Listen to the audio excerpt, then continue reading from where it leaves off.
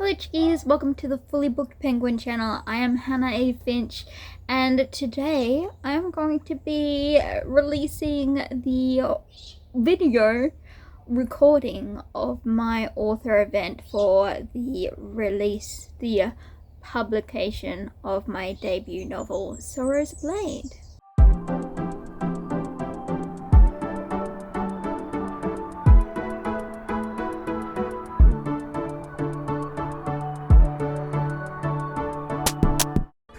I'm just gonna quickly jump on here and introduce today's video.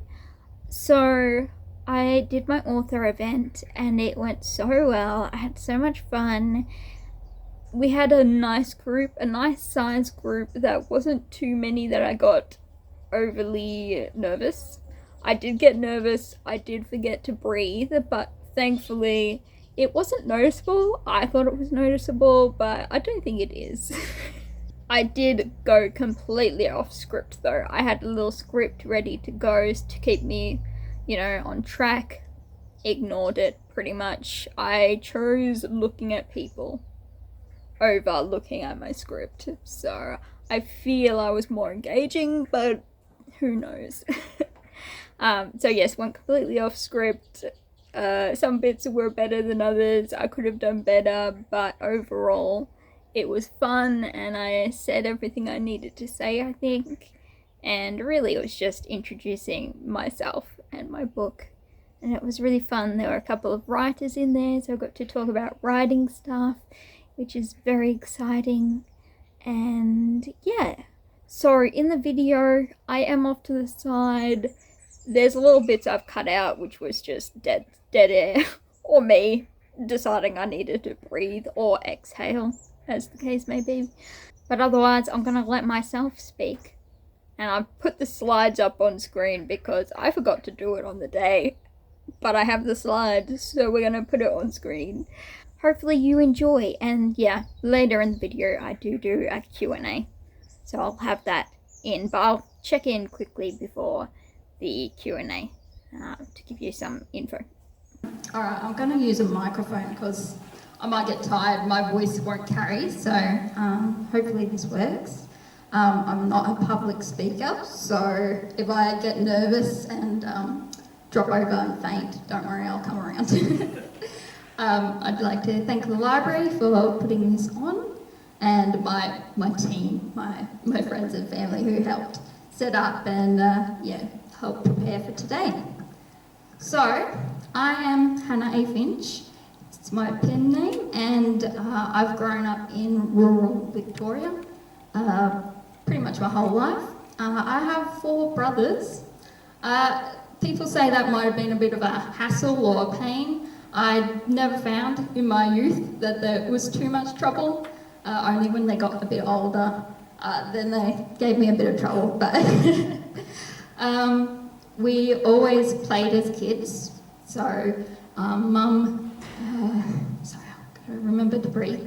Mum encouraged us to come up with games. There were various games that we came up with because 4 brothers, they came up with very unique games.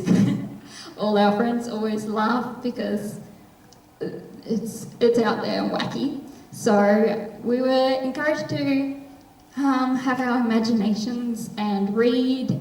Mum was the reader. Dad doesn't read, but he has gotten into it. He's been reading my books, so that's a good start. So yes, our imaginations were always encouraged as kids, and big readers. And I actually loved reading Anne of Green Gables and sort of children's mystery books. So when I was, I don't know how old I was, like 11 or 12, I started writing my own books. The first one ever was a Anne of Green Gables ripoff. So pretty much it was just Anne of Green Gables with a twist, different names. But yeah, so I started out with that, and then it grew, playing games, continued writing and doing little stories. There was a dog mystery series that my brothers read, very simple, but none of them were published. That was just for family eyes alone. But in 2017, I decided that I would go and study in Bendigo. I did a diploma of writing and editing. So I went over there for a year. I fast-tracked it, and it was a challenging year, but I did learn a lot about publishing and those processes and editing. I do sometimes joke that it killed my motivation to write, because like artists say, they go to art school and it pretty much destroys their will to make art, but the same thing sort of happened to me. I went off writing for a while, but I do think the course wasn't the only thing to blame, because I started to get sick. I didn't realise I was sick, I just thought I was living life and got tired really quickly. And so for the next couple of years, I just got worse and worse, but I would go to work, get home, and I would just sleep. And with that came chronic pain, so really harsh pain. But I stubbornly disregarded it for a long time. Thought I could tough it through, you know, until 2021, it just came to a point where I couldn't function, and I went to the doctors. They didn't know what was wrong with me. It wasn't until the start of 2022, just after I quit my job and everything went worse, that I was finally diagnosed with chronic fatigue syndrome. And so it's a very blanket term, not much is known about it. There can be several courses and they're doing more research, but yeah, I couldn't think because of a brain fog, and pretty much my entire, what I believed was myself, was in creativity and writing and all that, but I couldn't think to even read books, which was one of my joys. So, while I was homebound, I'm very type A. I like to be doing things, and since I couldn't do that anymore, really it was my faith and family and just my amusement at life and at the creative side of life. Because I couldn't do it myself, I turned to music and those sorts of things to get me through. So, I'm skipping through a lot of life, but you know, you get the gist that it was a big struggle for me to go through that, especially when everyone's going on with their lives and you feel like you're stopped pretty much, especially since I was in my mid-20s, you're meant to be going on with life, and yeah, so I just lived pretty much.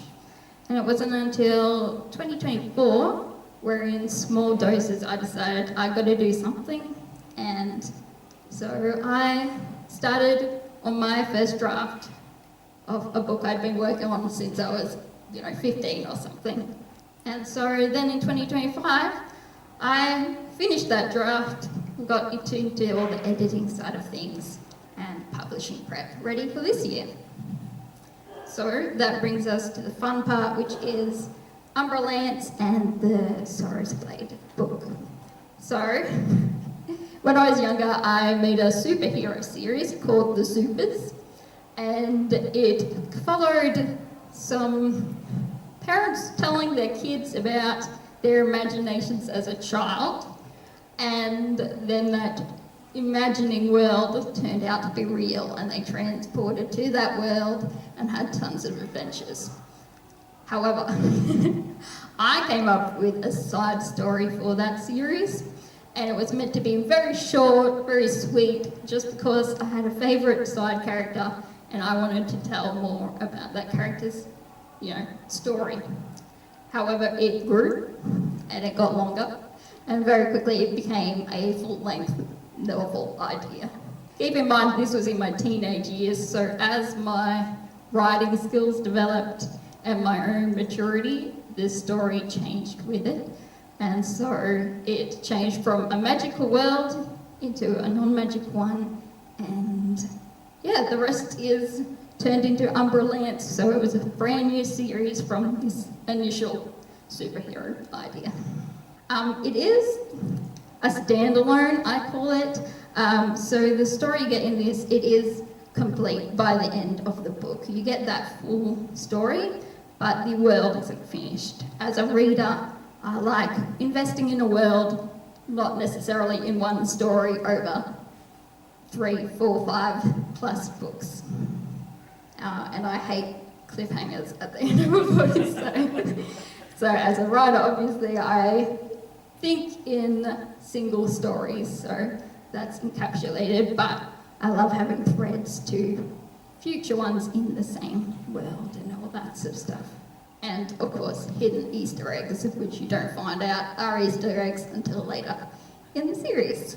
The genre is historical fantasy, and pretty much it's fantasy because it's a made-up world. I've come up with a map and everything of this lands and kingdoms and castles and intrigue.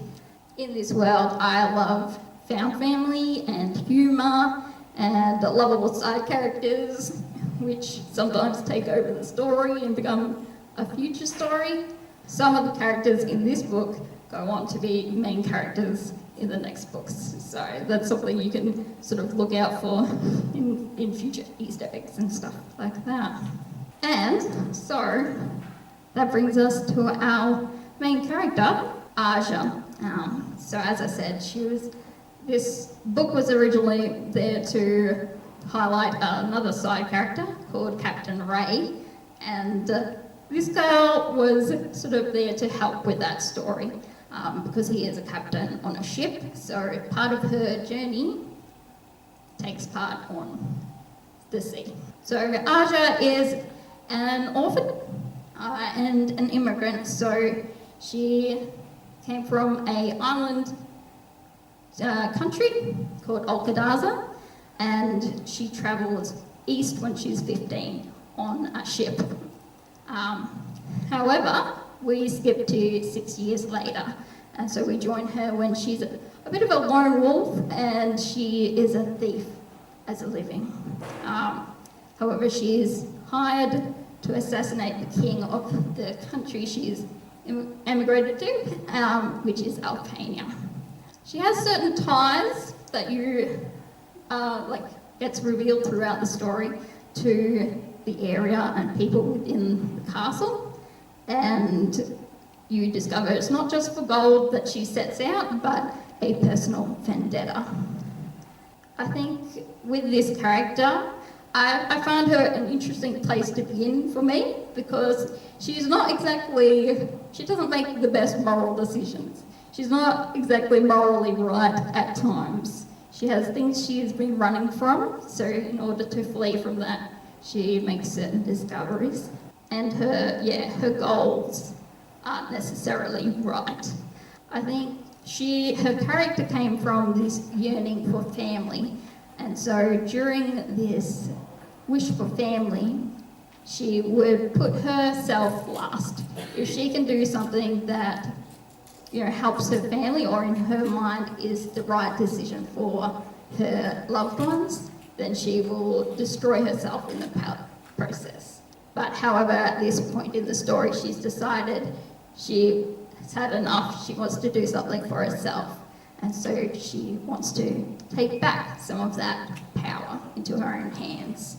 A lot of books nowadays you'll see are revenge stories and have feminine rage and those sorts of things. And Aja is a way of exploring that concept, but in a different lens. So she is, a vessel for exploring a story where the convictions of the main character are, you're not sure whether it's the right thing to do because she wants to do right by the ones she loves, but then you question whether it's the real good path. I think it's a very human wish for justice. However, not all revenge is just, and so that's one of the themes that I explore in this thing. I think the tagline of my book is friend or foe, thief or assassin, justice or revenge. And so that last bit is something that she, struggles with or, battles with, which brings us to my own writing goals and then publishing journey side of the book. I'm glad that it took so many years for the story to be published. It took a long time, but what it was in the beginning is very different from what it is now. And so as I've developed as a person and matured, obviously the story has along with it, and I was able to use my new writing skills to make the story more intriguing and twisty and turny. The future of the series, I'm actually finished book 2 first draft, and I'm into the editing stages of that book. And so I'm having fun with editing and developing that story some more for a later this year release, because this one and book 2, they happen in the same timeline at the same time, so they're concurrent. So some things that happen in this also you see in the next one, they sort of cross over at points, but it is an entirely new story, so you won't be repeating things that happen in this, but there will be threads in there. So I'm excited to work with my cover artist and everything again. She was great fun to work with, and I did everything myself otherwise. I did hire an editor for a proofread, but using my skills that I got in my course, I continued on and did all the editing and formatting and all that sort of side of things. There were a few learning curves in there because there are certain points I had to learn how to make a map for the series, obviously, and it was one of the toughest parts of the thing, because I had in my head a beautiful map. It was impeccable, but putting it down onto a page, I'm not an artist as much as I wish I was. People keep saying, oh, you must be great at art. I'm afraid I'm not, but yes. So I made a little map, and so as the series progresses, we will reveal more of the map in detail. But we have, our 2 main countries that are explored in this one, and the next ones will slowly reveal more as the series continues. But yes, it took me a while to get it to what I liked. Being a bit of a perfectionist, it's tough at times. On top of everything, I think the biggest thing I struggled with was, of course, my health. Through it all, I have to do everything in bursts, and being, of course, type A, they call it, I did not want to do it in small bursts. I want to get it done, but my body has been teaching me that I've got to take the time. So that has been a struggle, but on the upside, I've loved the formatting, and I've loved the editing and creating side of things as well. So. But otherwise, contacting printing companies and all those sort of things, putting on my businesswoman suit and putting that hat on for a while. But so overall, I'm so honoured that I was able to get it out, even though this book took a while. The next one won't take as long because I have all the skills all ready to go, but I'm happy to have it out finally and be able to be shared. And I'm excited to share future stories in this land and also other ones. I like writing more magical fantasy, but also more non-fiction childhood stories, because as I said, my brothers and us, we were a little weird, and so we have a lot of different funny and humorous anecdotes from childhood that I would also like to write at some point. But that's for me. Now we get to question time if anyone wants to ask me some questions. Okay, so we're up to question time. I have cut out the questions because I value people's privacy, and so I decided I would just cut out the voices. But I do have the question on screen, so if you're wondering what the heck I'm answering, the question will be right there. Let me just say, my crowd had excellent questions as well, so it was really fun, and I just relaxed into it, and it was funny, and it was fun. What can I say? It was fun. And yeah, I'm just gonna do the Q&A and let past me outro the video, but otherwise that's a wrap. So I'll let you go back to past me. Thanks, guys. So I have an idea in mind when I start, and I know how the entire series flows together, but I don't plan the dot by dots. I'm not a planner. I am a start writing and everything comes along. Characters mainly. I have a character idea and then I have to grow the world around that character and continue on. So most of the time I'll have the rough plot and the characters I want, and then as I write, it will develop and everything. So these books, I say 15 plus, just because the characters are all in their 20s. So I think those in your 20s will most relate, but it's a young adult audience. There's no what they call spice in it or those sorts of things. So yeah, as I say, there's no swearing and there's no thing. There's just more. The characters do struggle with more mental or moral dilemmas at times, which I think is more suitable for those a little bit older that can grasp those concepts. But nothing adult. I've had readers that are much older, but there's intrigue and mystery and twists and those sorts of things. I find comparison a little bit difficult because in the publishing world there are very niche groups. That's why I actually chose to self-publish, was because my book doesn't technically fit in certain zones. So there's the young adult genre, but in that genre they like to have their protagonists as teenagers, and my characters are not teenagers, but readers that are younger can read my book, but technically it can't fit within the genre because it's so it's a non-magical fantasy, which is a group of its own. So it's usually, because mine's historical, it's got inspiration from medieval and also Victorian, and there's a mash of different architecture and inspiration from different time periods. I hear a lot in the writing sphere where they go through and delete half their book after the first draft. However, I don't do that. I add a little bit, and I have filler words and things that don't need to be there, so I delete those bits. But when I write, I make sure every scene adds to the story already. There's no fluff scenes that don't further either characters or the plot.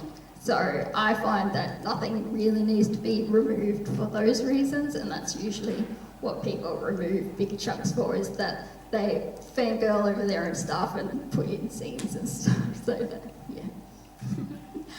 I like all my characters, but I do have favourites, and I am a side character lover in reading and in writing. So most of the time it is side characters that I like. I love my main characters, obviously, but yes, in terms of my own heart, I do love my side characters more most of the time. I mean, as a writer, I like the writing side the most, but I actually liked working with my artist because I'd never really worked alongside, so I had something in mind, but obviously I'm no artist, so what's in my head I can't create.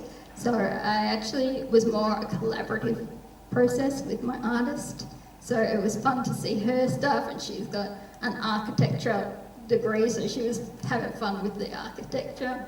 And so I really loved that side of having another creative there that you work with, and yeah, so that was another fun part. But obviously I love the writing side the most of the entire thing. Far too many. I can say that book 2, because it was last year I wrote the first draft.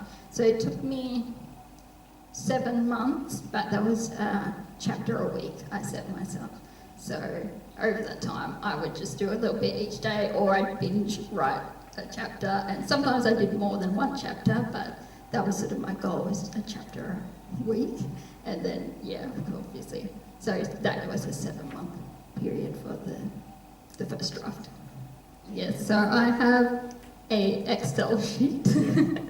I take after my father. We make Excel sheets for travel and everything, so that was part of my process, was making this timeline, because it's, yeah, there's flashbacks and those sort of things. I had to get it right, and yeah, so I have it all noted down. Plus I make character sheets which have their history and their motivations and what they like and everything. Yes, so I wanted control over the process and like the content, and also I wanted to choose my cover. In traditional publishers, you don't have any control over the cover. They choose your cover and they get to sort of tell you what parts of a story they want, or to add things, which people don't really realise that in a lot of traditional books, authors add things and people are like, oh, that was a bit out of place or whatever, but yeah, a lot of publishers dictate what's within the book as well as, yeah, the cover and everything. So I wanted control over that, and because my book is outside the ordinary genre zones, I guess, I chose to go indie, because I had all the skills, and because, yeah, I didn't want to hassle with catering to whatever the market wanted, rather than what I wanted to tell with the book. It can take a very, very long time, and that's even with, you know, it takes time to get an agent, because most publishers don't take books without agent. So you'd have to get an agent, and then the agent would then have to go on and, you know, try and get a publisher, and then from there the publishers would get back to you about edits, and so it can take a very, very long time, and most of the time it takes authors a very long time to even get into an agent, and then even more from there. So yeah, it can take a very long time, which, you know, in life you kind of I found I didn't really want to, yeah, spend all that time putting that energy in, especially when I have such limited.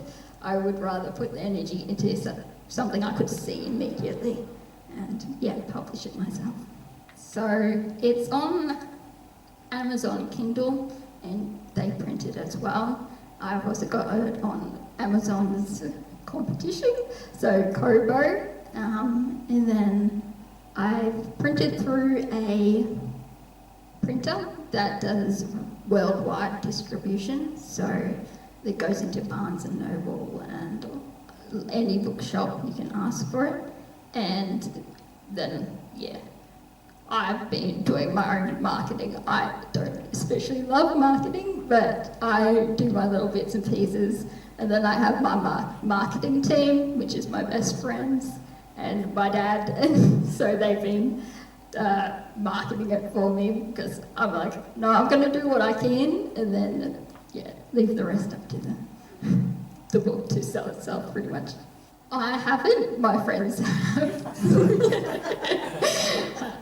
As much as I'm up here talking about it, I don't like to put myself out there as an introvert, but yeah, my friends do, and I do little messages or emails out, sort of thing. But thank you very much for coming. I was very nervous in the beginning, it was very shaky, couldn't breathe, but we got there in the end, so thank you for coming out, and yeah, I'll sign a book for you if you want to. So thank you.